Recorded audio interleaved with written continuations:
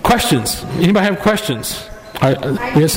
Yes. So where can I get the audio and the paperwork for 1 through 3? We'll have them probably after the first of the year, because I got to take out the places where I messed up or when I was trying to get set up and started over.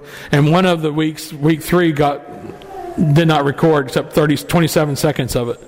So we're going to have to go back and we'll do that. We'll do a filler. Even if you guys aren't here, I'll do it in this room, and so you'll have the same background noise and echo and static and all that. But anyway, so yeah, after the first of the year on the Gregorian calendar, ask me about it, or I'll email everybody when I get it ready, because there's a whole bunch of people have asked, and several people say, I can't make it, I live over in Tomball, or I can't make it, I live over in the Heights, or I can't make it, I live over in Pearland, and I'm spending it with Shabbat with my family, but we want to get it, so we're going to try to make it available in some form or fashion, where it'll be something on a USB, or we don't have a download capability, but anyway, we'll get it on to you on USB or DVD disc or CD or something.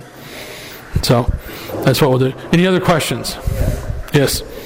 You know, I was just kind of wondering if you had ever done a study on the divorce. The divorce by Yahweh of the Northern Kingdom. And then how it happens that Yeshua remarries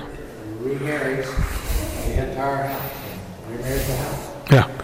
Have you done a study on that? No, but Shaul did. Paul did.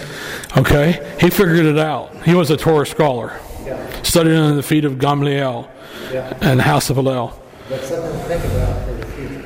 Yes. Oh, as far as a presentation? Okay. In fact, I've actually started an outline. I don't have it with me today, but it goes through. Eddie Chumney has in the Restoration Conference in Chicago some years ago. It used to play on HRN a lot. I don't know if they made it available on DVD, but it'd be good. He goes through he goes about a 15-minute, 20-minute explanation, taking us from the beginning Scripture to the end, and how that basically it works this way. Since Yahweh, there's a Scripture that says in the Torah, and it's not. It says if a man and a wife divorce, and the wife or the man, whichever one of the partners, one of the spouses goes away and marries another man, married to another man, and then she leaves that man, or he dies or whatever, she cannot go back to the first husband. That's totally against Torah. It is abhorrent. Abomination is the word I think is used if you want to look up a concordance to try to find that abomination. And it's important. It's just even to us today, we cannot conceive of that. It's so revolting to the idea to us. And so that is in Torah. So how did Yahweh, when he says they were married to us at Mount Sinai, the children of Israel, then he divorced us as the northern kingdom, and the southern kingdom also played the harlot when it was exiled.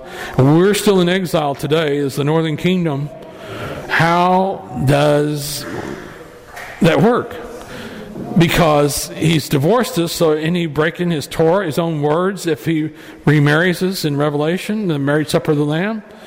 And the idea is, yeah, but Shaul figured out in Torah, because he's the Torah scholar, and he says in the verses in the New Testament that talk about this, Shaul talks about, he says, now I'm speaking to you who know the Torah. I'm only speaking to you who know the Torah and know about this law, this instruction.